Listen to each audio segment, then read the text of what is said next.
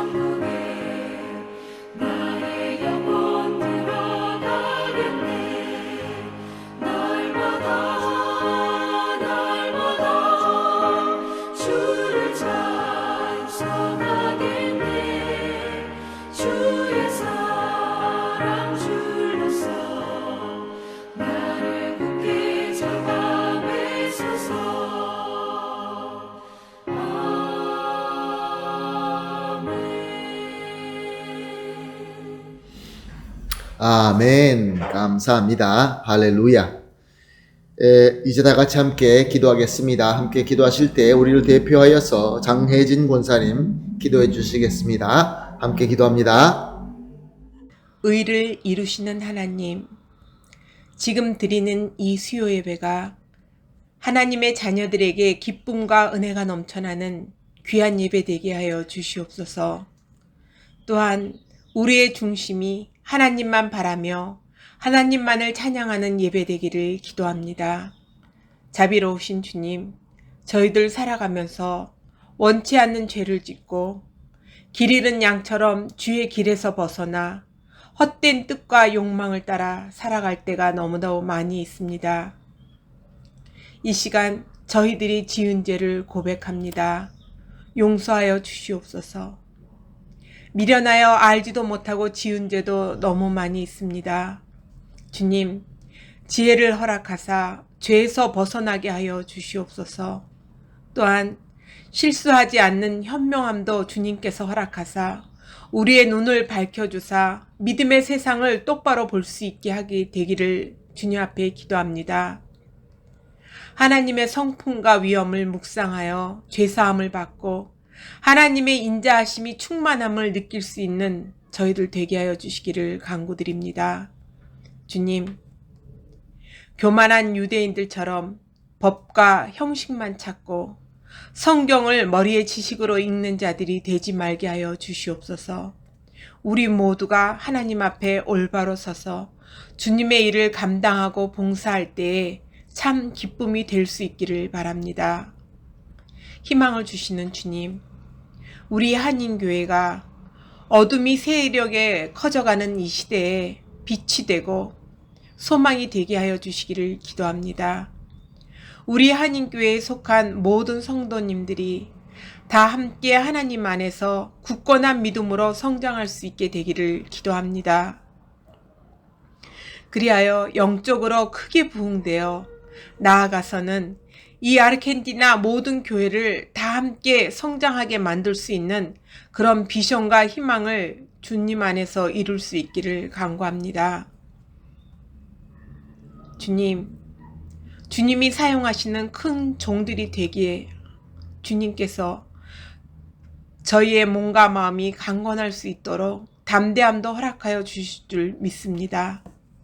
약할 때 강함 주시는 하나님께서 믿음의 종들로서 능히 대적할 수 있는 담대함을 주시옵소서. 어떠한 위기와 태풍과 악의 꾀임이 와도 강하게 버틸 수 있는 주의 종들이 될 수 있기를 주님 앞에 간절히 기도드립니다. 이제 말씀을 전하실 백진공 목사님을 축복하사 인간의 생각이 아닌 하나님의 말씀을 온전히 전할 수 있게 하여 주시옵소서. 또한 목사님의 가정도 지켜주실 줄 믿습니다. 만사 형통할 수 있는 목사님이 되시어 전하시는 말씀에 하나님의 위력과 능력이 넘쳐날 줄 믿습니다. 주님, 이 귀한 예배 시간에 듣는 저희들 모든 성도들이 결단하게 하여 주시옵소서. 하나님만 바라고 하나님만을 우리의 도움과 방패로 삼는 믿음을 주님께서 허락하실 줄 믿사오며 이 모든 말씀 우리 주 예수 그리스도 이름으로 간절히 기도드렸습니다. 아멘. 아멘. 감사합니다. 권사님의 간절한 기도가 우리 주 예수 그리스도 이름으로 다 이루어질 줄로 믿습니다. 예배를 섬겨주시는 모든 분들에게 또한 예수님의 이름으로 축복하며 감사드립니다. 오늘 말씀은 시편 34편을 보도록 하겠습니다. 시편 34편 1절에서 10절까지 함께 보시겠습니다. 시편 34편 1절에서 10절까지 보십니다. 내가 여호와를 항상 송축하며 내 입술로 항상 주를 찬양하리이다. 내 영혼이 여호와를 자랑하리니 곤고한 자들이 이를 듣고 기뻐하리로다. 나와 함께 여호와를 광대하시다 하며 함께 그 이름을 높이세. 내가 여호와께 간구하매 내게 응답하시고 내 모든 두려움에서 나를 건지셨도다. 그들의 얼굴은 부끄럽지 아니하리로다. 이 곤고한 자가 부르짖음에 여호와께서 들으시고 그 모든 환난에서 구원하셨도다. 여호와의 천사가 주를 경외하는 자를 둘러 진치고 그들을 건지시는도다. 너희는 여호와의 선하심을 맛보아 알지어다. 그에게 피하는 자는 복이 있도다. 너희 성도들아 여호와를 경외하라. 그를 경외하는 자에게는 부족함이 없도다. 젊은 사자는 궁핍하여 줄일지라도 여호와를 찾는 자는 모든 좋은 것에 부족함이 없으리로다. 아멘.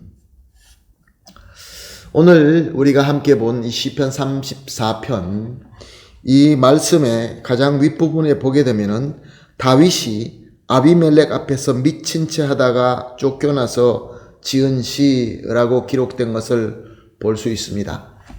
아비멜렉은 누구일까요?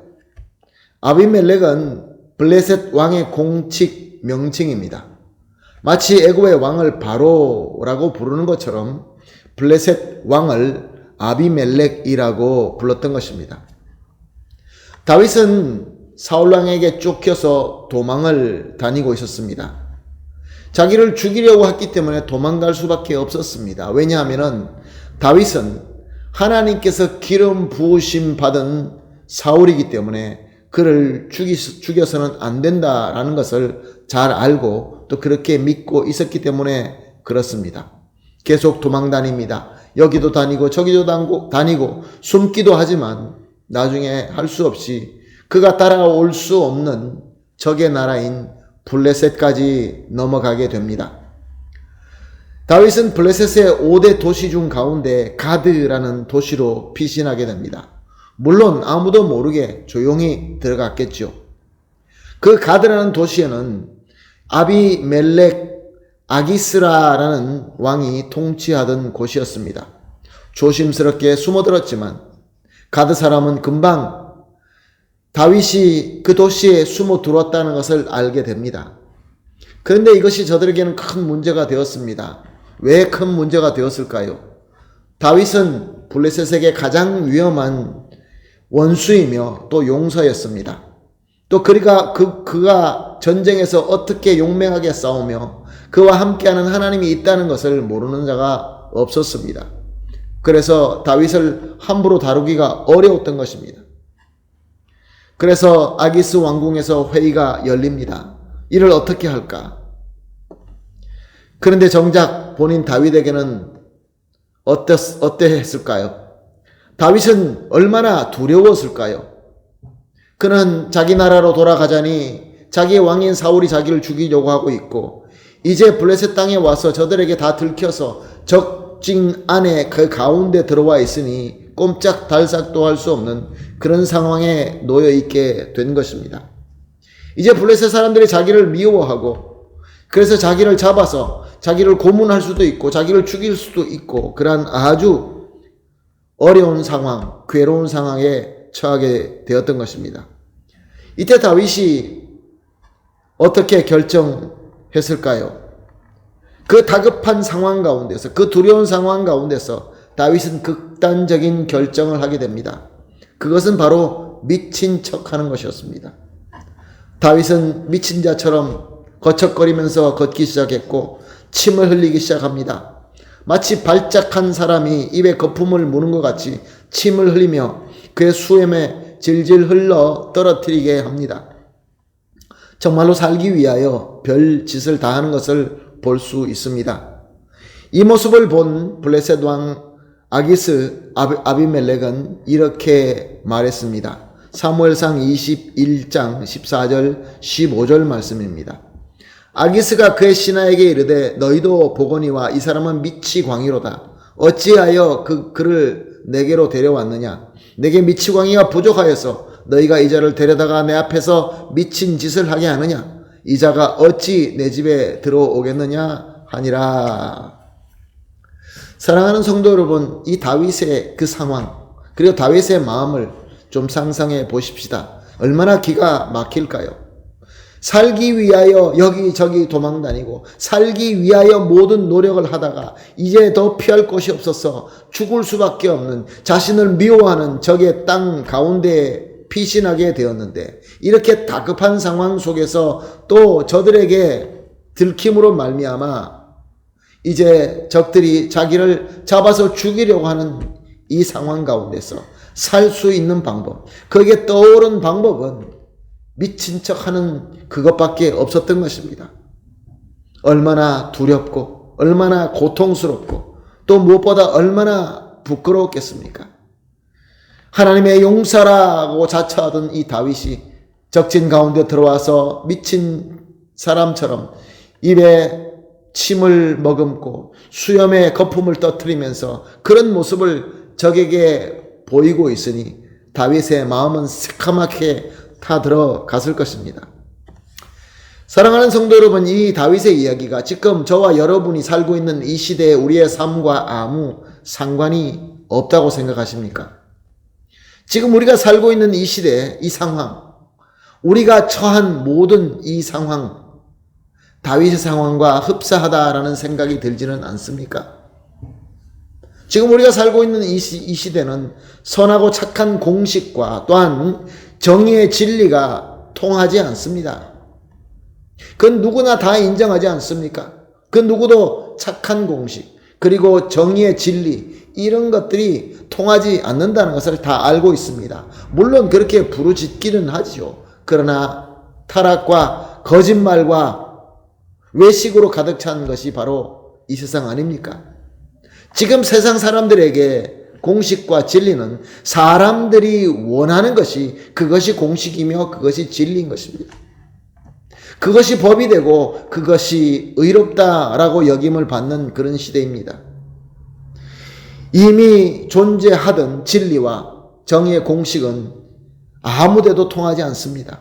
사람들이 원하는 것, 사람들이 무엇을 원합니까? 사람들은 쾌락을 원합니다. 사치를 원합니다. 그래서 물질 만능주의와 외모 지상주의가 판을 치고 있습니다. 눈에 보이기에 아름답고 우리가 풍요롭게 누릴 수 있는 것, 이것이 최고라고 믿는 그런 시대에 우리가 살고 있는 것입니다.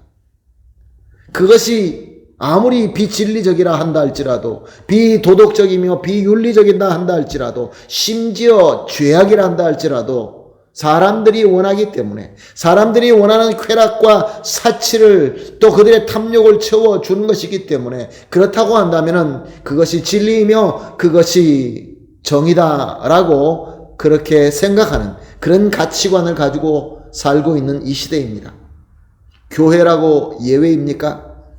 그리스도의 교회라고 십자가는 달아놓았지만 그 안에 들어가게 되면 블레셋 왕국이라는 것을 안타깝게도 우리가 너무나 많이 볼 수 있어서 하나님 앞에 죄송하기 짝이 없는 그런 시대에 살고 있는 것입니다. 사람들은 이렇게 쾌락적이고 사치스러울 수 있는 자들을 더 숭배하고 더 박수 쳐줍니다. 심지어 존경까지 합니다. 성공했다라고 합니다. 사람들의 모델이 되고 있습니다. 아무리 하나님의 자연과 하나님의 질서와 하나님의 법이 파괴된다 할지라도, 그래서 이상기후와 재앙과 이해되지 않은 질병이 창궐한다 할지라도 사람들은 아무 상관하지 않습니다. 지금 당장 나에게 쾌락만 주어진다면, 나에게 물질적인 풍요로움, 즉 사치만 주어진다 한다면 그것이 최고다라고 믿는 시대에 우리가 살고 있는 것입니다. 그래서 사람들은 어떻게 살고 있습니까? 사람들은 소돔과 고모라를 멀리하기는커녕, 이 아비멜렉의 왕국에서 멀리하기는커녕 그 안에 들어가게 됩니다.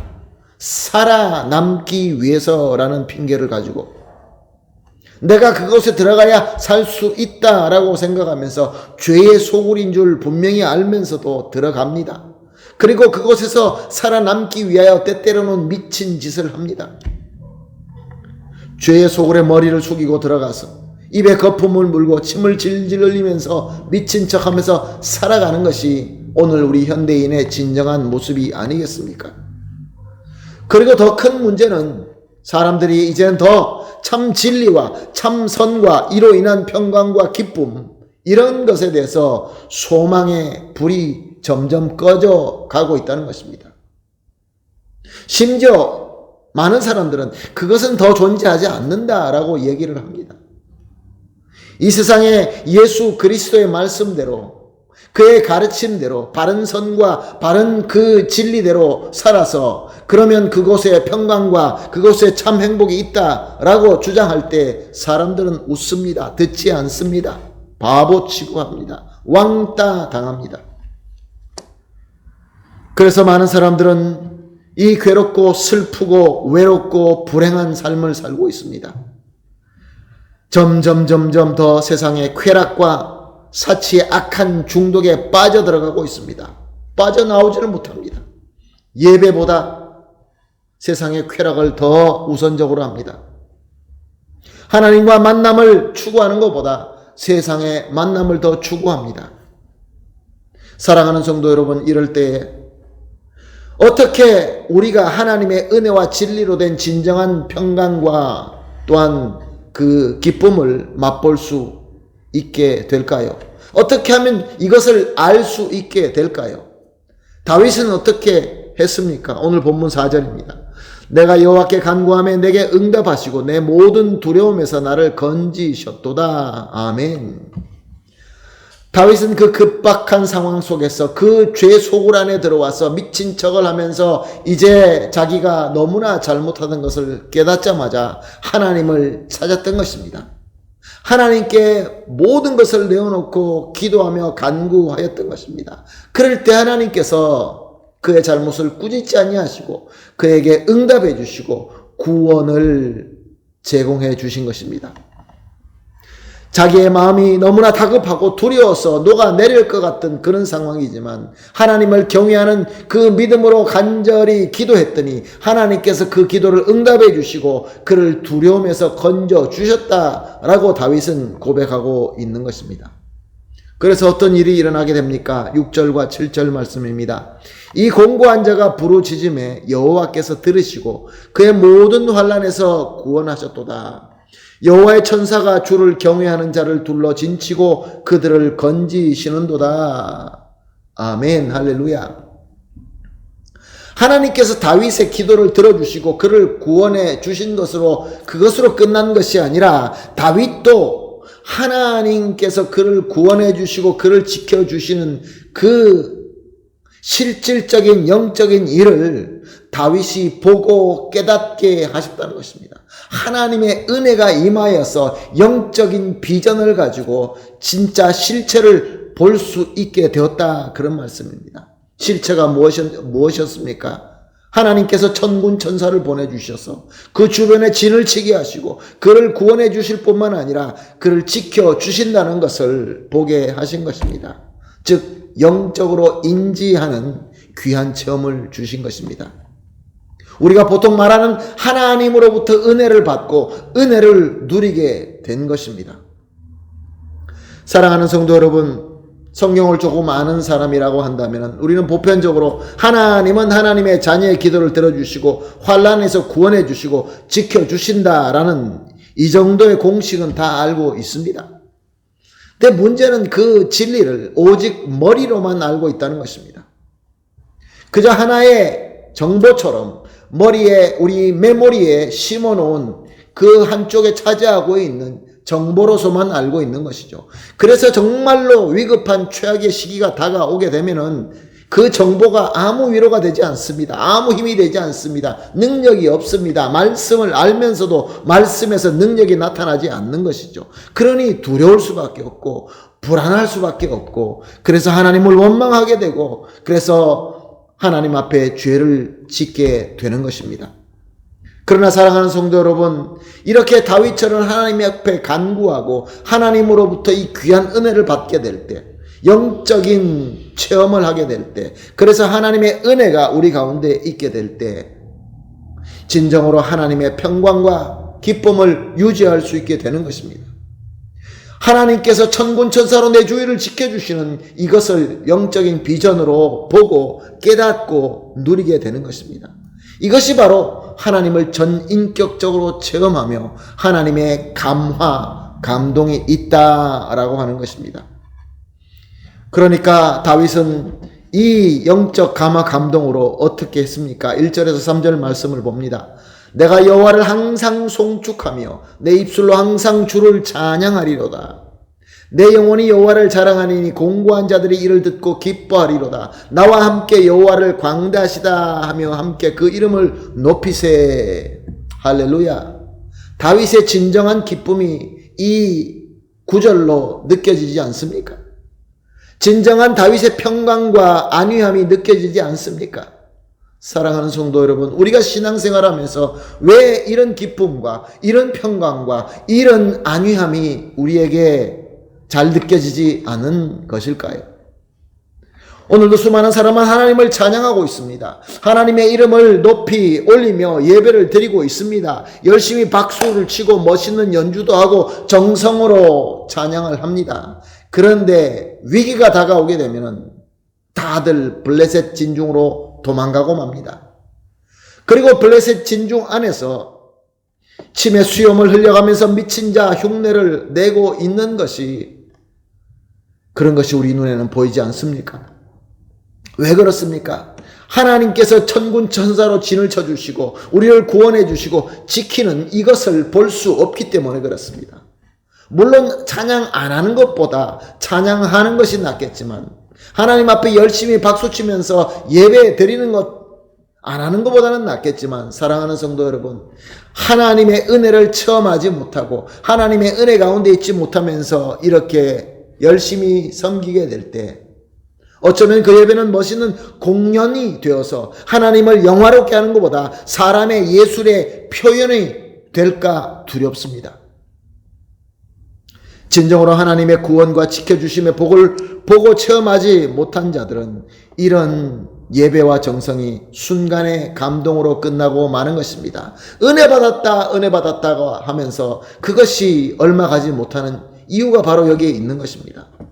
사랑하는 성도 여러분, 우리가 앞으로 살면서 얼마나 많은 다급한 상황과 만나게 되겠습니까? 우리에게는 세상의 풍랑이 다가올 것입니다. 그럴 때마다 우리는 살기 위해서 다윗이 도망가서 블레셋으로 피신했던 것처럼 우리도 가서는 안 되는 소돔과 고모라로 피신하는 것이 맞습니까? 원수의 중심까지 들어가는 것이 과연 옳은 것입니까? 그렇게 될 때는 우리는 살기 위하여 침을 질질 흘리면서 미친 척해야 될 수밖에 없는 상황이 오게 될 것입니다. 우리 믿음의 선배인, 우리 믿음의 조상인 다윗은 이미 이것을 다 체험하고 말씀에 기록하게 함으로 말미암아 우리에게 아주 귀한 가르침을 주고 있는 것입니다. 다윗은 그것을 다 체험하고 하나님께 노래하고 찬양하면서 이 말씀을 남김으로 우리에게 귀한 가르침을 주고 있는 것입니다.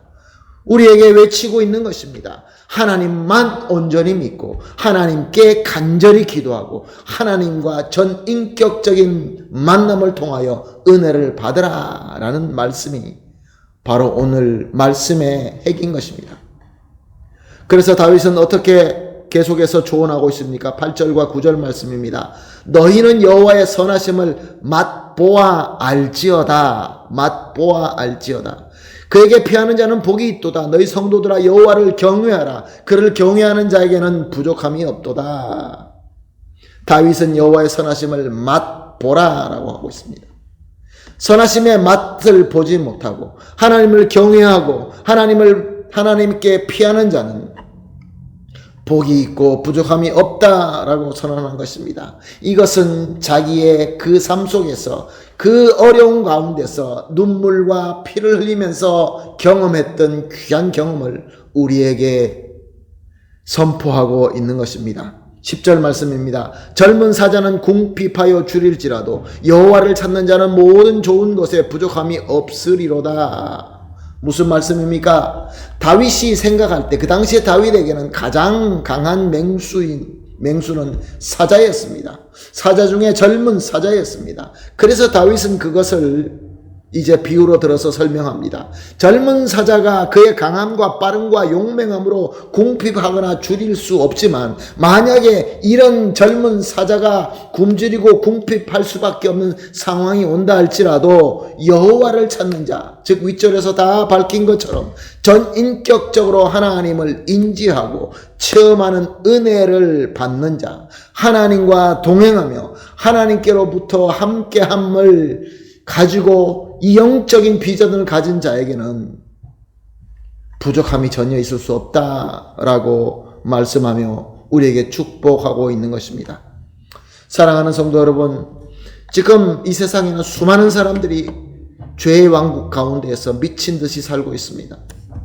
하나님께서 구원하시고 지켜주시는 은혜, 천군 천사가 진을 치고 지켜주시는 이런 복 알 수가 없습니다. 저들은 의지적으로 부정합니다. 있을 수 없다라고 믿습니다. 오직 연약한 사람들의 상상 속에 있는 것 뿐이라고 얘기를 합니다. 어떤 자들은 이런 것을 전혀 알려고 하지도 않습니다. 그저 무지할 뿐입니다.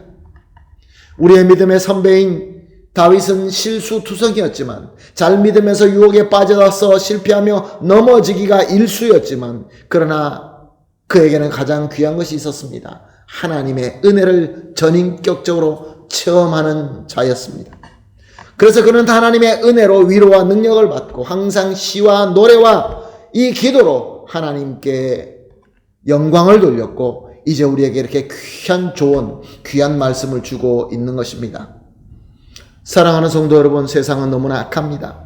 세상은 블레셋과 같이 죄의 왕국으로 변하고 있습니다. 그러므로 우리 성도들이 하나님께 매달려서 기도해야 될 줄로 믿습니다. 하나님의 은혜를 전인격적으로 체험하고 받아야 될 줄로 믿습니다. 그리고 이 세상에 이 귀한 맛을 먼저 우리가 보고 이 맛을 소개해야 되는 것입니다. 그것이 바로 교회의 사명인 것입니다. 교회가 하나님의 그 은혜를 맛보며 그 맛을 소개하지 않으면 그 누가 하나님의 이 귀한 은혜를 소개하며 그 하나님의 은혜를 증언할 수 있겠습니까? 그렇지 않으면 모든 세상 사람들은 저 블레셋 왕국에서 계속 괴로움과 죄악 속에서 미친 짓 하다가 세상을 끝내고 말 것입니다. 그러나 우리 주 예수 그리스도께서 우리를 찾아오셔서 그의 공로와 은혜로 우리를 구원해 주시고 하나님의 자녀로 삼아 주시고 예수 그리스도의 제자로 삼아 주시고 이렇게 귀한 교회로 우리를 불러 세워 주셨습니다. 우리가 이 사명을 감당하지 못한다고 한다면 우리는 하나님께로부터 꾸중 듣는 불행한 종이 되고 말 것입니다. 사랑하는 성도 여러분, 진정으로 전인격적으로 하나님과 함께하는 귀한 은혜를 받게 되시기를 예수님의 이름으로 축복합니다. 우리 교회가, 우리 가정이, 우리 모두가 다 함께 먼저 하나님의 은혜를 받아서 그 은혜로 말미암아 영적인 비전을 가지고 우리와 함께하는 천군 천사의 그 진침을 보고 그것으로 담대하게 예수 그리스도와 그의 복음을 전파하며 증인이 되어서 하나님께서 우리를 기쁘게 받아주시고 우리는 그 하나님께서 주님께서 주시는 세상이 알 수 없는 평강과 기쁨을 누리는 귀한 저와 여러분이 되시기를 예수님의 이름으로 축복합니다. 다 같이 기도하겠습니다. 하나님 감사합니다. 오늘도 귀한 말씀을 주시고 말씀을 통하여 또 귀한 메시지를 듣게 하시니 감사합니다. 하나님 아버지, 진정으로 우리 모든 성도님들이 예수 그리스도의 공로와 은혜로 말미암아 하나님과 전인격적으로 만나고 체험할 수 있는 은혜를 받게 하여 주시옵소서. 그리하여서 진정으로 우리가 세상에게 하나님의 은혜의 맛을 소개하며 예수 그리스도와 복음을 증거할 수 있는 이 시대의 진정한 증인 예수 그리스도의 제자가 되게 하여 주시옵소서. 감사하며 예수님의 이름으로 기도합니다. 아멘. 할렐루야. 우리 다 같이 받은 은혜를 생각하시면서 찬송가 440장 어디든지 예수 나를 이끌면 찬송하시겠습니다. 찬송가 440장입니다. 어디든지 예수 나를 이끌면.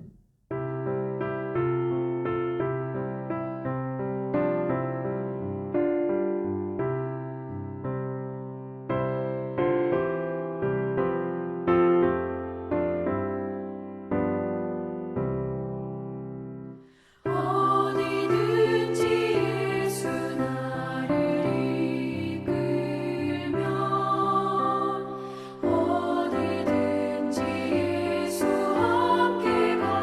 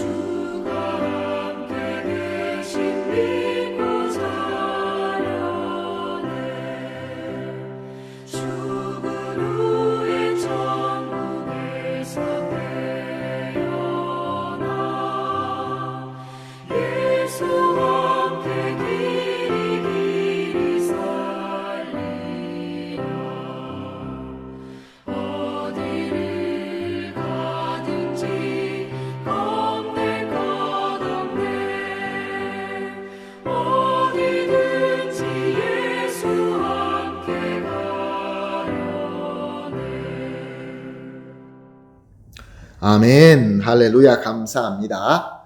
이렇게 오늘 수요 예배 마지막 순서까지 왔습니다. 우리 주님께서 가르쳐 주신 주기도문으로 오늘 수요 예배를 마치겠습니다. 다 같이 기도합니다. 하늘에 계신 우리 아버지여, 이름이 거룩히 여김을 받으시오며 나라의 마옵시며 뜻이 하늘에서 이룬 것 같이 땅에서도 이루어지이다.